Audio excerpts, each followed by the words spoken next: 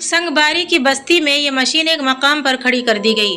عظیم تاریخی روایت میں ہے کہ شہر کے لوگ کئی ماہ تک میدان میں لکڑیاں جمع کرتے رہے۔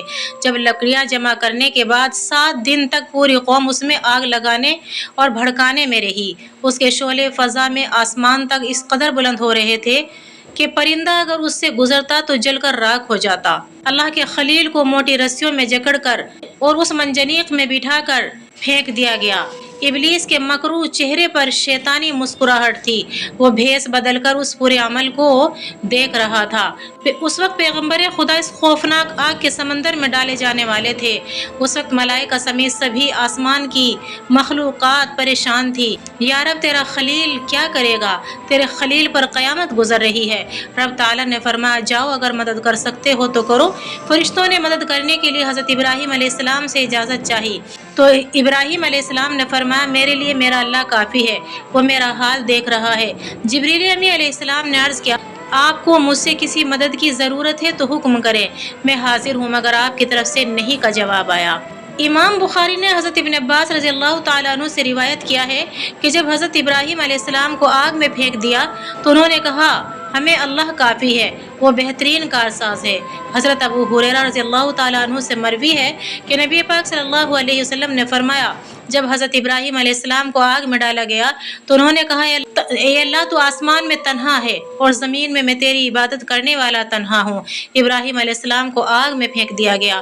اللہ رب العزت فرماتے ہیں ہم نے حکم دیا کہ آگ ابراہیم پر سلامتی کے ساتھ ٹھنڈی ہو جا، اور پھر اللہ رب العزت کے حکم سے انتہائی ناقابل یقین معجزہ رونما ہوا۔ ابراہیم علیہ السلام کو اس آگ نے بال برابر بھی نقصان نہیں پہنچایا۔ عظیم روایت میں آتا ہے کہ حضرت ابراہیم علیہ السلام اس آگ میں 40 یا 50 دن رہے۔ ناظرین آگ میں ڈالے جانے کے بعد حضرت ابراہیم علیہ السلام نے بابل سے ہجرت کا ارادہ فرمایا۔ ابراہیم علیہ السلام نے بابل میں جا کر اپنے چچا کی بیٹی حضرت سارہ سے شادی کر لی تھی۔ پھر اللہ تعالیٰ نے آپ کو بیت المقدس جانے کا حکم فرمایا۔ اس وقت آپ کی عمر مبارک 75 سال تھی۔ مقدس شہر میں کچھ ایسا قیام کے بعد اب ہجرت کر گئے۔ ناظرین روایت میں آتا ہے کہ حضرت ابراہیم علیہ السلام اس وقت مصر پہنچے تو وہاں فرعون کی حکومت تھی اور اس وقت وہاں کا بادشاہ نہایت عیاش، ظالم اور جابر تھا۔ کسی نے بادشاہ کو بتایا کہ ہمارے شہر میں ایک ایسا شخص آیا جس کے ساتھ ایک حسین و جمیل عورت بھی ہے۔ فرعون نے یہ سن کر فوری طور پر حضرت ابراہیم علیہ السلام کو دربار میں طلب کیا، حضرت سارہ کے بارے میں سوال و جواب کیے۔ حضرت سارہ اللہ رب العزت کی برگزیدہ بندی تھی اور انہیں اپنے اللہ پر پورا یقین تھا، چنانچہ وہ طلب کرنے پر بادشاہ کے پاس تشریف لائے۔ بادشاہ نے جب انہیں دیکھا تو وہ خود پر قابو نہ رکھ سکا۔ حضرت ابراہیم علیہ السلام کی عمر مبارک 100 برس اور آپ کی اہلیہ حضرت سارہ کی عمر 90 سال تھی جب ان کے یہاں بیٹا پیدا ہوا۔ حضرت ابراہیم علیہ السلام شام میں تھے جبکہ بڑی بیٹے حضرت اسماعیل علیہ السلام 14 سال سے مکہ مکرمہ میں اپنی والدہ حضرت ہاجرہ کے ساتھ تھے۔ اللہ تعالیٰ نے فرشتوں کی ایک جماعت کو زمین پر بھیجا تاکہ وہ قوم لوط پر عذاب الہی نازل کرے جو حد سے زیادہ گزر چکی تھی۔ یہ فرشتے پہلے حضرت ابراہیم علیہ السلام کے پاس آئے اور انہیں اللہ تعالیٰ کی جانب سے ایک سعادت مند بیٹے کی خوشخبری سنائی جو کہ حضرت سارہ بوڑھی تھی۔ فرشتوں کی اس خوشخبری پر ہنس پڑی اور حیرت کرنے لگی، جس کا ذکر اللہ تعالیٰ نے قرآن پاک میں یوں فرمایا ہم نے اس کو اسحاق علیہ السلام کی بشارت دی اور اس کے بعد یعقوب علیہ السلام کی خوشخبری دی تو انہوں نے کہا میرے یہاں کیسے بچہ پیدا ہو سکتا ہے؟ میں تو بوڑھیا ہوں، میرے شوہر بھی بوڑھے ہیں، یہ تو عجیب بات ہے۔ فرشتوں نے کہا تم اللہ کی قدرت سے تعجب کرتی ہو، تم پر اللہ تعالیٰ کی رحمت اور اس کی برکتیں ہوں۔ ناظرین ابراہیم علیہ السلام بھی اس خوشخبری پر بڑے حیران ہوئے کیونکہ وہ بہت بوڑھے ہو چکے تھے، لہٰذا انہوں نے بھی فرشتوں کی بات پر تعجب کیا۔ فرشتوں نے خوشخبری دیتے ہوئے کہا ہم آپ کو سچی خوشخبری دیتے ہیں، آپ مایوس نہ ہو۔ حضرت اسماعیل علیہ السلام کی پیدائش سے لے کر تقریباً 14 سال بعد اللہ تعالیٰ نے آپ کو ایک اور سعادت مند فرزند حضرت اسحاق علیہ السلام عطا فرمایا۔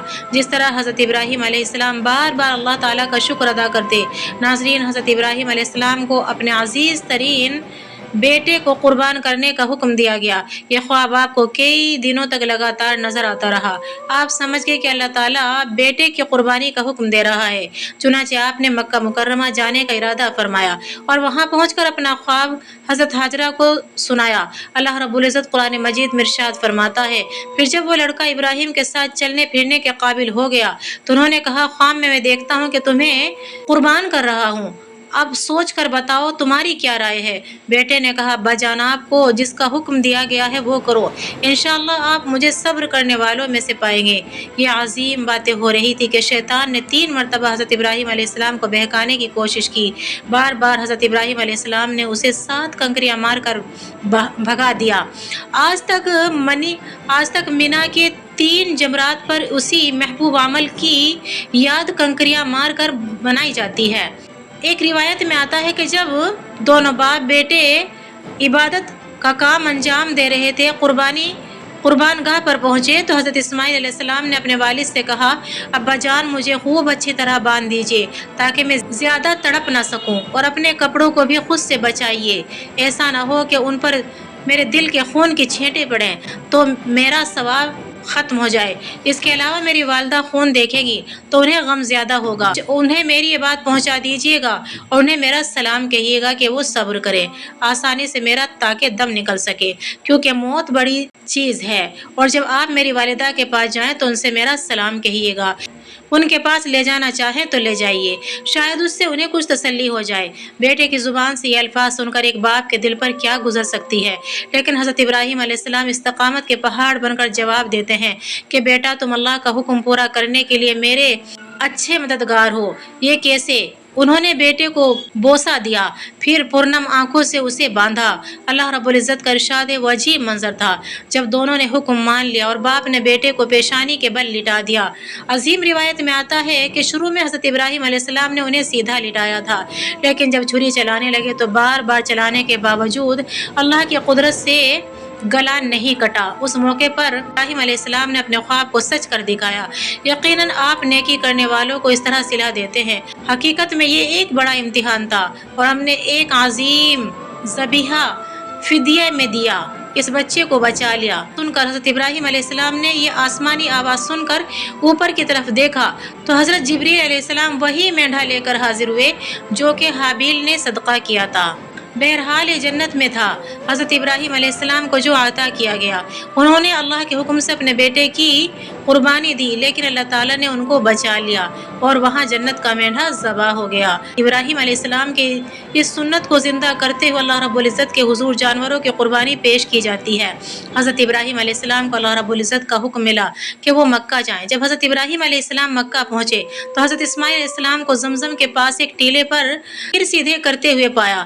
جب حضرت اسماعیل علیہ السلام نے اپنے والد حضرت ابراہیم علیہ السلام کو دیکھا تو فوراً ادب سے کھڑے ہو گئے اور ان سے ملے۔ حضرت ابراہیم علیہ السلام نے حضرت اسماعیل علیہ السلام سے فرمایا اے اسماعیل مجھے اللہ کا یہ حکم آیا کہ انہوں نے فوراً جواب دیا ابا جان جو حکم ہو فرمائیے، حکم کی تعمیل کی جائے گی۔ حضرت ابراہیم علیہ السلام نے فرمایا اس جگہ اللہ کا ایک گھر بنانا ہے۔ حضرت اسماعیل نے فوراً جواب دیا بہت بہتر، آپ کا حکم سر آنکھوں پر۔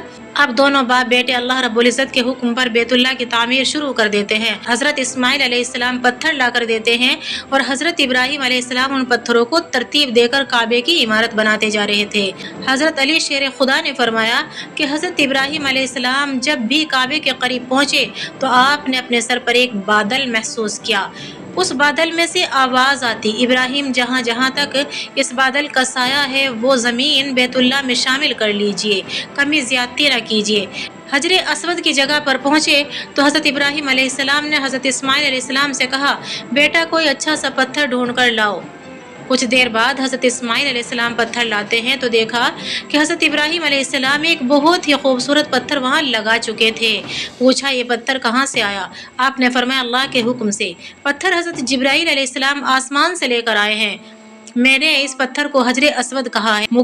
جب دونوں باپ بیٹے کی تعمیر مکمل ہو چکی تو دونوں اللہ رب العزت کے سامنے یہ دعا کرنے لگے اے ہمارے پروردگار ہم سے یہ خدمت قبول فرما، بے شک تو قبول کرنے والا ہے۔ حضرت ابراہیم علیہ السلام کا ایک انتہائی حیرت انگیز معجزہ بیان کیا گیا ہے۔